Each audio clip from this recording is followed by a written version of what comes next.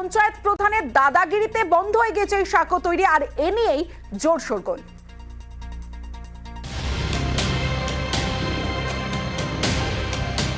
সাঁকো তৈরিতেও তোলাবাজি।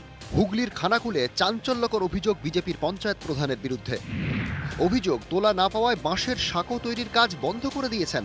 খানাকুলে মুন্ডেশ্বরী নদী, বর্ষায় এই নদীর জল বাড়লে নৌকা চলে, অন্য সময় সাঁকো পেরিয়ে যাতায়াত করতে হয়। নৌকা পারাপার এবং সাঁকো তৈরির দায়িত্বে ফেরিঘাট কর্তৃপক্ষ। নৌকায় হোক বা সাঁকো, নদী পেরোতে টাকা দিতে হয়। কয়েক মাস আগে খানাকুলের নতিবপুরের সাঁকো চওড়া করার কাজ শুরু করে ফেরিঘাট কর্তৃপক্ষ। অভিযোগ, এই নদী পারাপার থেকে যে টাকা ওঠে তার ভাগ চান বিজেপির পঞ্চায়েত প্রধান। এতে রাজি না হওয়ায় বিজেপির পঞ্চায়েত প্রধান সাঁকো তৈরির কাজই বন্ধ করে দেন বলে অভিযোগ। প্রধান সাহেব বললেন আমাদের এখানে ঘাটের শেয়ার দিতে হবে। আমরা তাও রাজি হয়েছিলাম, যে দেবো। ওনারা বলছেন ফিয়ে দিতে হবে, মানে আমার যে 9 থেকে 10 লাখ টাকা ঘাটের যে খরচা, সেই টাকাটা দিবেন না, ওদিকে এমনিতে 5 লাখ টাকা ছেড়ে দিতে হবে। ওখানে ব্রিজ তৈরি করতে আসে, সেই হিসাবে বললাম যে ঠিক আছে ব্রিজ করছেন করুন, কিন্তু খুঁটিগুলো যেন কাঠের দাও। টোটো উল্টে পড়ে গেছে, এমনকি প্রেগনেন্ট মহিলাও ওখান দিয়ে পড়ে গেছে। সেই হিসাবে আমি পরিষেবা মানুষের দেওয়ার জন্যই আমি এই বার্তা নিয়ে ওদের কাছে গেছিলাম, তাই জন্য আমার জন্য মিথ্যা অভিযোগ করছে। সুশান্ত ঘোষ সমস্ত জায়গায় কাটমানি খাওয়ার জন্যে উদ্গ্রীব।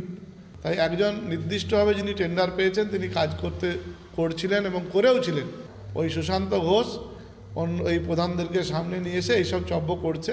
প্রায় 1 কোটি টাকার উপর ইনকাম করে তৃণমূলের নেতারা। তাহলে বলেছে এত টাকায় যখন আপনারা ইনকাম করছেন, অত অল্প টাকায় ডাক নিচ্ছেন, তাহলে বাকি টাকায় আপনারা ভালো করে সুন্দরভাবে কাঠের ব্রিজ তৈরি করুন। মাছের ব্রিজ তৈরি করে আপনারা কোটি টাকা কামাবেন, এটা কখনোই হতে পারে না।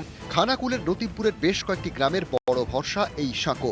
নদী পেরিয়ে সহজেই হাওড়ার উদয়নারায়ণপুরে যাওয়া যায়।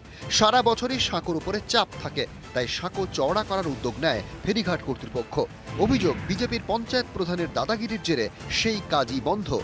4 চাকা গাড়ি তো যাচ্ছেই না, প্লাস এই আমরা যে বাইকে করে যাচ্ছি এই বালির উপর দিয়ে, এতে করে লোকজন কাছাড়ও খাচ্ছে, যেতে আসতে অসুবিধাও হচ্ছে খুব। ওটার একটা এনকোয়ারি হচ্ছে, এনকোয়ারি রিপোর্টটা আমরা পাঠাবো। প্রশাসনের পক্ষ থেকে বিষয়টি খতিয়ে দেখার আশ্বাস দেওয়া হলেও 1 মাস ধরে বন্ধ কিন্তু বাঁশের সেতু তৈরির কাজ, যার জেরে ব্যাপক সমস্যায় এলাকার মানুষজন। কবে হবে এই বাঁশের সেতু তৈরির কাজ, সেই দিকেই তাকিয়ে রয়েছেন স্থানীয়রা। খানাকুল থেকে বাপন সাঁতরা, নিউজ 18 বাংলা। জয়নগরে আজ প্রশাসনিক সভা করেন মমতা বন্দ্যোপাধ্যায়, আর সেই সভা